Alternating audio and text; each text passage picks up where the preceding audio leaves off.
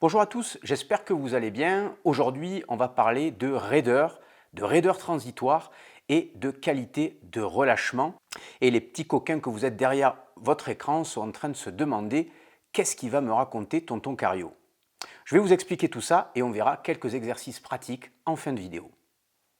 Alors, lorsqu'on marche, lorsqu'on court, lorsqu'on trébuche, lorsqu'on sprint, lorsqu'on change rapidement de direction, lorsqu'on esquive, lorsqu'on frappe, on lance, ou lors de n'importe quelle action dynamique, nos muscles vont vont se comporter comme des élastiques, permettant à l'ensemble du corps de jouer un rôle d'amortisseur, c'est-à-dire d'emmagasiner de l'énergie afin de la restituer quelques millisecondes plus tard.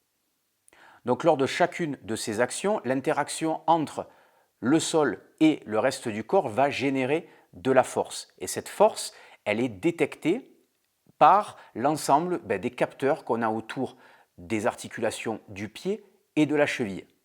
Donc plus les muscles de vos pieds et autour de votre cheville sont rigides au moment du contact au sol, et moins les articulations se déforment, et plus vite vous pourrez emmagasiner l'énergie potentielle contenue dans ces forces d'impact et les transmettre au reste du corps grâce aux chaînes musculaires. Même chose sur un burpee.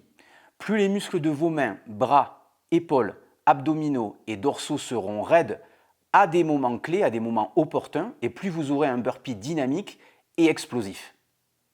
Donc ce qu'il est très important de retenir pour le moment, c'est que notre corps est un formidable système d'amortisseur et de redistribution des forces que nous générons grâce notamment aux capacités de nos muscles, de nos fascias et de nos tendons.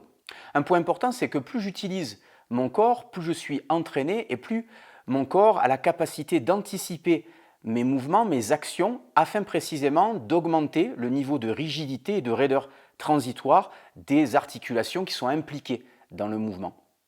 Ce qui se passe, c'est que la force musculaire augmente de manière transitoire pendant quelques millisecondes autour des articulations impliquées, précisément afin d'éviter que les articulations ne se déforment. Pourquoi ?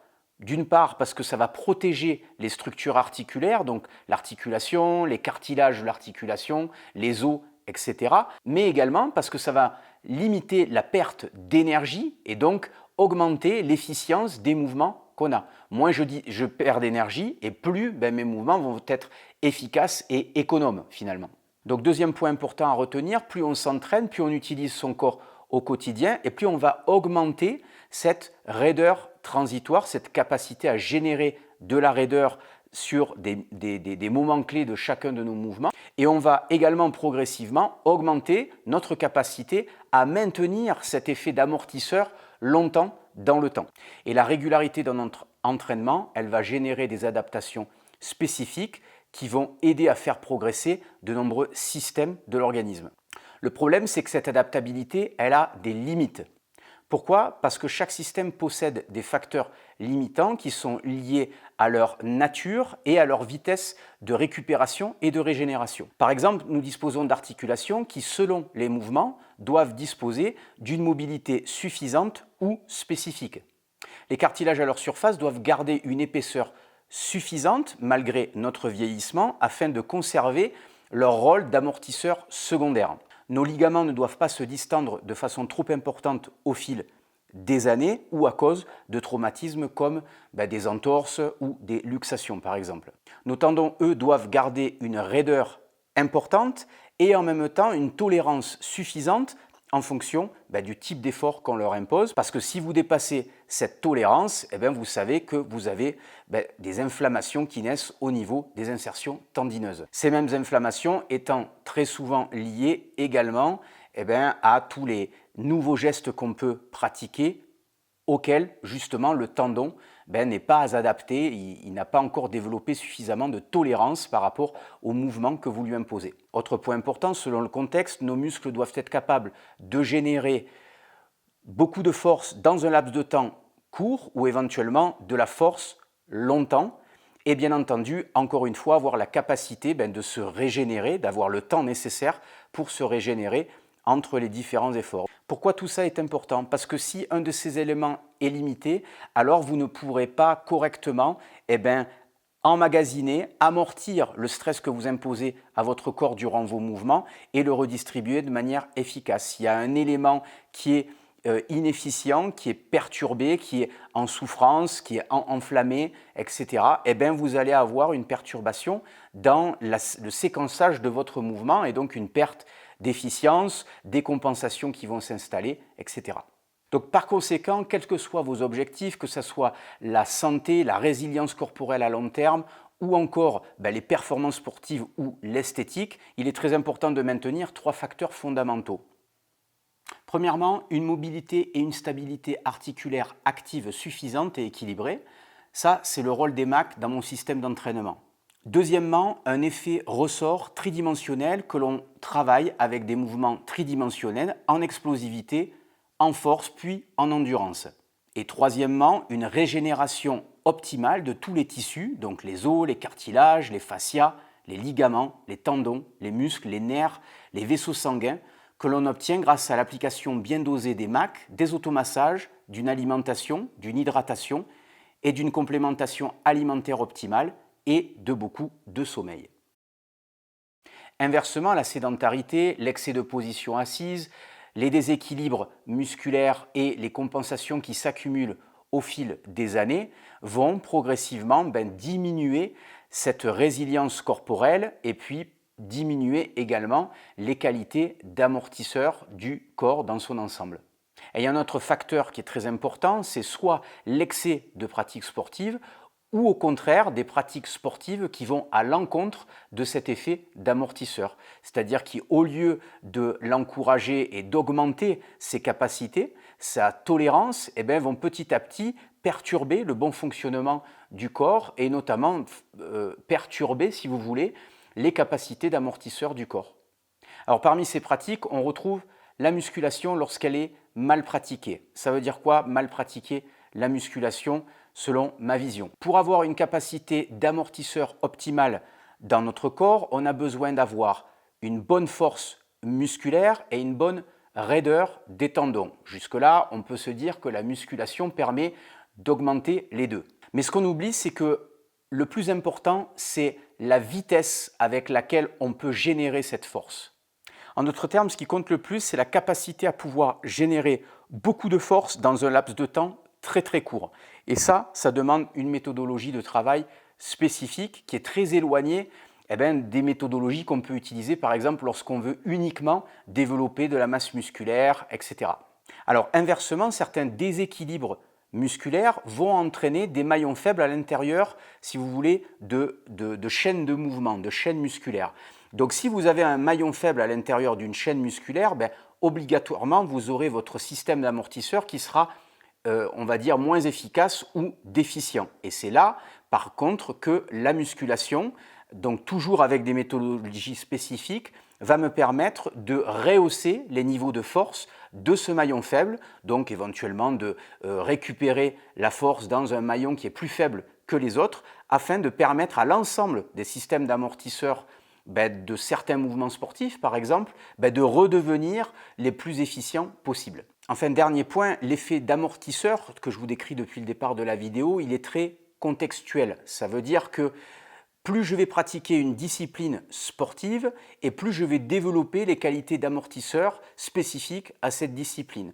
Donc lorsque je débute par exemple la course à pied, tout le monde a déjà ressenti qu'il était relativement lourd sur ses appuis, qu'il s'effondrait sur chacune de ses foulées et que au fil des semaines, je vais développer de la raideur transitoire spécifique lors de chacune de mes foulées, de la tolérance des tendons, etc.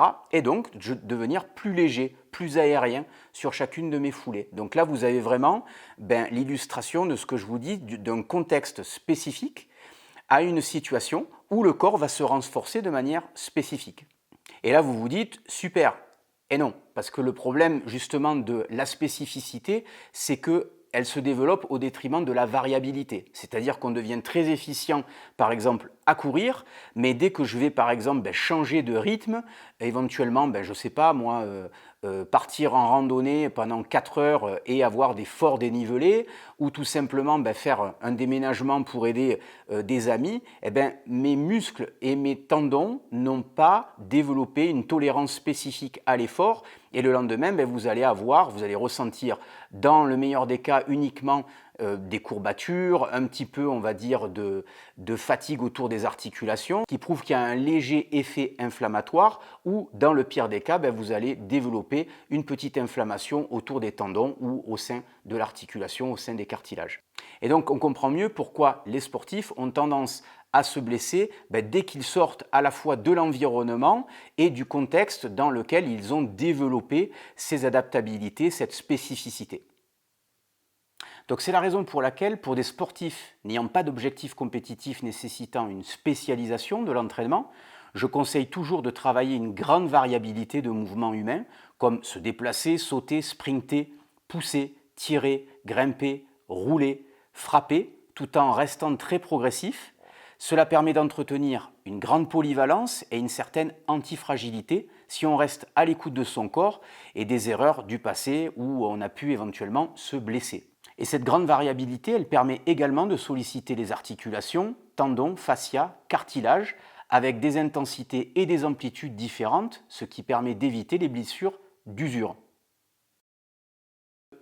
Et donc cette façon de s'entraîner, elle permet à celui qui l'applique de rester un grand généraliste, permettant à son corps de garder une grande polyvalence. Alors comment maintenir cet effet amortisseur? Tout simplement en intégrant régulièrement toute l'année des exercices pliométriques. La pliométrie, c'est un type de contraction qui utilise finalement l'élasticité musculaire, qui développe l'élasticité musculaire et en même temps la force musculaire. Donc j'apprends à mon corps à développer dans un laps de temps très court des très hauts niveaux de force et en même temps j'apprends à mon corps à développer cette raideur transitoire dont je vous ai parlé. Donc par rapport au conseil que je viens de vous donner de rester généraliste le plus possible, ce travail de pliométrie devra être varié en utilisant des mouvements pour le haut et le bas du corps et des mouvements globaux, des mouvements répétés avec des vitesses de contraction moyennes, rapides à très explosives, des mouvements avec différentes directions et variations du centre de gravité dans le respect de la physiologie articulaire et des mouvements avec une onde de choc variée.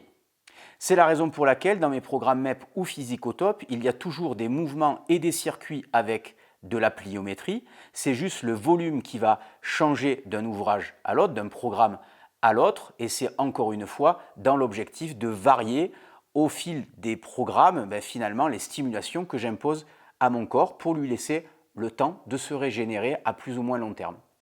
Donc là, je vais vous proposer quelques idées de circuits plus ou moins complexes que vous pouvez intégrer dans votre préparation physique ou dans votre programme de musculation, on va dire, plus traditionnel, afin de développer, d'entretenir ces qualités d'amortisseur dont je vous ai parlé depuis le début de la vidéo.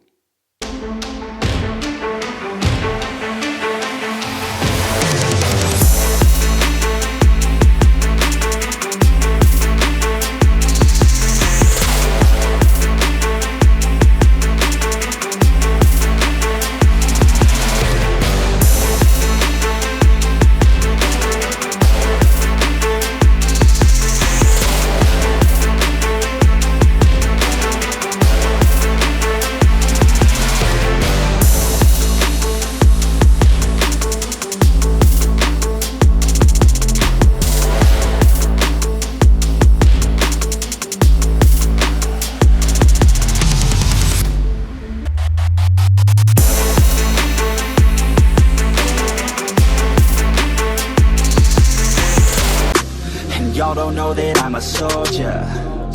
I always felt like I'm alone, yeah. When everybody thinks they know, yeah. And y'all don't even know I own, yeah. And now I'm ready taking over. Cause every day I'm getting closer. Just look at everything I'll show ya. And now I'm ready, I'ma blow up. Yeah.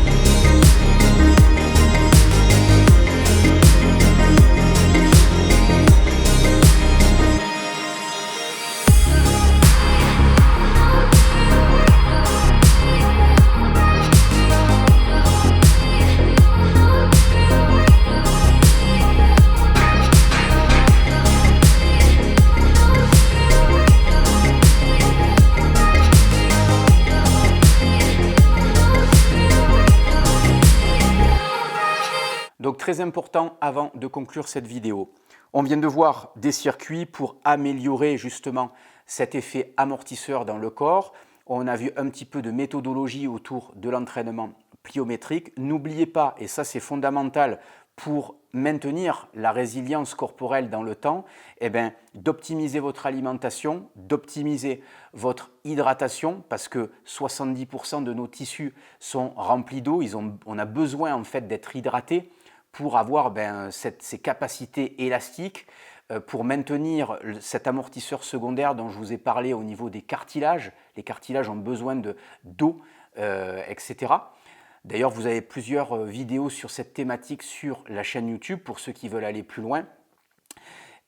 Et puis, bien entendu, si vous voulez vraiment augmenter votre résilience corporelle, il ne faut surtout pas sous-estimer votre sommeil. Énormément de choses se passent durant notre sommeil pour la régénération des tendons, des fascias, des surfaces articulaires. Et bien entendu, pour ceux qui vont encore plus loin, vous avez une complémentation optimale qui est à minima basée sur des peptides de collagène et de la glycine qui vont me permettre, si vous voulez, d'apporter les éléments fondateurs au niveau des cartilages et des tendons pour leur permettre de se régénérer de façon optimale. Et puis on peut utiliser des cofacteurs à tout ça, notamment le multivitamine NutriPure et le magnésium qui interviennent dans toutes les réactions physiologiques nécessaires à la régénération des cartilages et des tendons.